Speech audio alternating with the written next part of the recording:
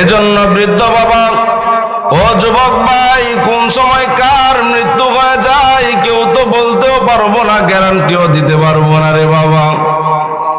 বাবার কাজের মধ্যে সন্তানের লাশ একটার দুইটা তিনটা নয়, অসংখ্য এমন প্রমাণ আছে। বাবা কাঁধে কইরা সন্তানের লাশ নিয়ে কবরের মধ্যে চলে যায়, বাবা কাঁধে কইরা সন্তানের লাশটা নিয়ে কবরের মধ্যে নেমে সন্তানকে দাফন করে আসে, এমন প্রমাণ বহুত আছে। এজন্য মৃত্যুর কোনো সময়সীমা নির্ধারিত নাই। এমন কেউ বলতে পারবো না আমি যুবক মানুষ, আমার মৃত্যু এখনো হবে না। এরে ভাই, তোমার মতো বহু যুবক, এমন কোনো দিন নাই, এমন কোন দিন নাই। ফেসবুকের মাধ্যমে হয়তো বা অনেক যুবক ভাইরা দেখতে পায়, বহু যুবকের মৃত্যু ফেসবুকের মাধ্যমে সংবাদ হয়ে যায়। গাড়ি অ্যাক্সিডেন্টে অনেক যুবক ভাই দুনিয়া থেকে বিদায়, গানের মধ্যে গিয়া অনেক যুবক ভাই মৃত্যু হয়ে যায়, এমনও সংবাদ আমরা অনেক সময় পাই। কানের মধ্যে তার লাগাইয়া গান শুনতে শুনতে ঘুমের মধ্যে চলে যায়, সকালবেলা শুনে সংবাদ শুনছনি ওই যে অমুকের সন্তান অল্প বয়সে অকালে তার মৃত্যুবরণ হয়ে গেছে, দুনিয়া থেকে বিদায় হয়ে গেছে, সংবাদ পাইছনি। এ যুবক ভাই, কোনো মানুষের জন্য মৃত্যুর কোনো অকাল নাই। আল্লাহ পাক রব্বুল আলামিন যার হায়াত যতটুকু নির্ধারিত করে দিয়েছেন, যতদিন পর্যন্ত আল্লাহর পক্ষ থেকে আপনার হায়াত নামক দৌলত নিয়ামত আপনার জন্য বরাদ্দ আছে, ততদিন পর্যন্ত এই দুনিয়ার জমিনে থাকতে পারবেন। আর যখন আপনার হায়াত নামক দৌলত সম্পদ আল্লাহ তাআলা শেষ করে দিবেন, ওই সময় আপনার মৃত্যু হয়ে যাবে। এজন্য মৃত্যুর কোনো সময় সীমা নির্ধারিত নাই। তবে বান্দা মৃত্যুবরণ যারা করবা, মৃত্যুর প্রকার হলো দুইটা। মৃত্যুবরণ করবে তো সবাই, একটা হলো জান্নাতি মানুষের মৃত্যু, আর একটা হলো জাহান্নামী মানুষের মৃত্যু। হায়রে, মৃত্যু যেন কেমন ভয়ঙ্কর বিষয়, আপনাদেরকে কেমন করে বুঝাইলে আপনারা বুঝবেন। আমার নবী, আপনার নবী যেদিন দুনিয়ার জমিন থেকে বিদায় হয়, আম্মা জানা আয়েশা সিদ্দিকা রাদিয়াল্লাহু তাআলা আনহা বলেন, এ দুনিয়ার মানুষ, আমার নবী আপনার নবী যখন দুনিয়া থেকে বিদায় হয়ে যাবে, আজরাইল যখন ঘরের সামনে আয়েশা দাঁড়ায় গেছে, আজরাইল আলাইহিস সালাতু ওয়াস সালাম ঘরের মধ্যে প্রবেশ করে নাই। হযরত জিবরাইল ঘরের মধ্যে সালাম দিয়া প্রবেশ করে বলেন, ইয়া রাসূলুল্লাহ, ইয়া হাবিবাল্লাহ, নবী গো,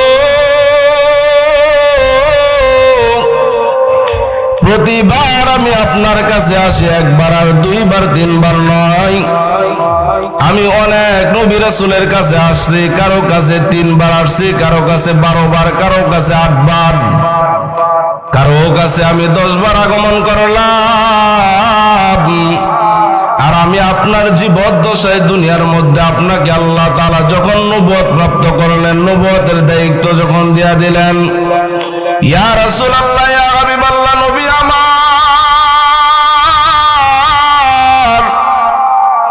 যেদিন থেকে আপনাকে আল্লাহ তাআলা নবুয়তের দায়িত্ব দিয়া দিলেন, ওই দিন থেকে আল্লাহ পাক রব্বুল আলামিন আমি জিবরাইলকে বলে দিয়েছেন, রে জিবরাইল, আমার বন্ধু যখন বাইরে কোথাও যাবে, তুমি আমার বন্ধুর কাছে চলে যাবা।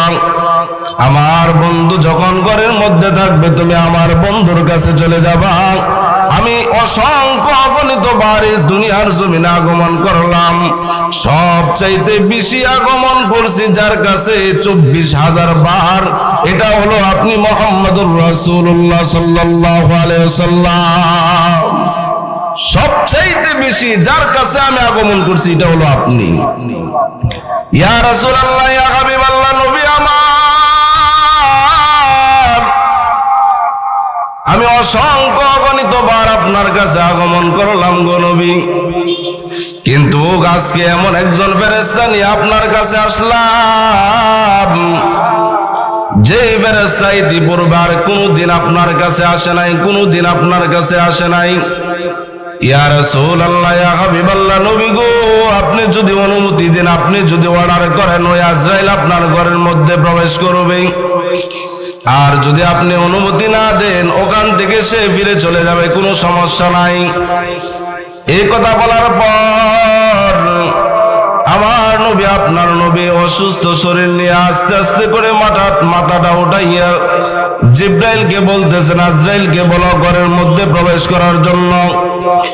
আজরাইল আলাইহিস সালাতু ওয়াস সালাম যখন ঘরের মধ্যে প্রবেশ করলেন, সালাম দিলেন, আসসালামু আলাইকুম ইয়া রাসূলুল্লাহ, আসসালামু আলাইকুম ইয়া হাবিবাল্লাহ। ও আমার নবী, আপনার কাছে আমাকে আল্লাহ তাআলা পাঠাইছেন, আর আমি আসার সময় আল্লাহ পাক রব্বুল আলামিন আমাকে বলছেন, এরে আজরাইল, দুনিয়া শুরু লগ্ন থেকে আজ পর্যন্ত অসংখ্যবার, অগণিতবার তুমি দুনিয়ার মধ্যে আগমন করছো। আমার বন্ধু মুহাম্মদুর রাসূলুল্লাহ সাল্লাল্লাহু আলাইহি ওয়াসাল্লাম যখন দুনিয়া থেকে বিদায় হয়ে যাবেন, তারপর অসংখ্যবার তুমি দুনিয়ার জমিনে আগমন করবা, কিন্তু আমার নবীর কাছে কোনো ধরনের বেয়াদবি করবা না, সুন্দরভাবে ওখানে উপস্থিত হয়ে সালাম দিবা, আমার বন্ধুর কাছ থেকে অনুমতি নিবা। আমার বন্ধু যদি আমি আল্লাহর কাছে আসতে চাই, তুমি আমার বন্ধুকে নিয়ে আসবা, আর যদি না আসতে চাই কোনো আপত্তি নাই, তুমি আবার চলে আসবা। এই কথা বলার পর আমার নবীর চোখ বেয়ে বেয়ে জর করে পানিগুলা ছেড়ে কান্না করে। জিব্রাইল বলতেছেন, আজরাইল বলতেছেন, ইয়া রাসূলুল্লাহ, কেন কান্না করেন? আপনার তো কোনো সমস্যা নাই, আপনি যদি অনুমতি না দেন আমি আবার ফিরে চলে যাব। আমার নবী, আপনার নবী ডাক দেয়া কইরে, আজরাইল, আমি তো তোমার কাছ থেকে অনুমতি, আমি তোমাকে অনুমতি দিব আল্লাহর কাছে যাওয়ার, কোনো আপত্তি আমার নাই, কিন্তু আমি যখন দুনিয়ার জমিন থেকে বিদায় হয়ে যাব, আমার এই এতিম উম্মতের কি অবস্থা হবে, জন্য আমি এতিম উম্মতের চিন্তা কইরা কইরা কান্না করি। সুবহানাল্লাহ, জোরে বলেন। জিব্রাইল আলাইহিস সালাতু ওয়াস সালাম আল্লাহর কাছে চলে গেলেন, গিয়ে আল্লাহর সামনে দাঁড়াইয়া বলেন, মালিক আমার, আপনার বন্ধু আপনার কাছে আসার মধ্যে কোনো আপত্তিও নাই, বাধাও নাই, কিন্তু আপনার বন্ধু আপনার কাছে আসবে, আনন্দ তার মধ্যে, বন্ধু বন্ধুর সাথে দেখা হবে, এটা আনন্দের বিষয়, আপত্তি তার মধ্যে নাই।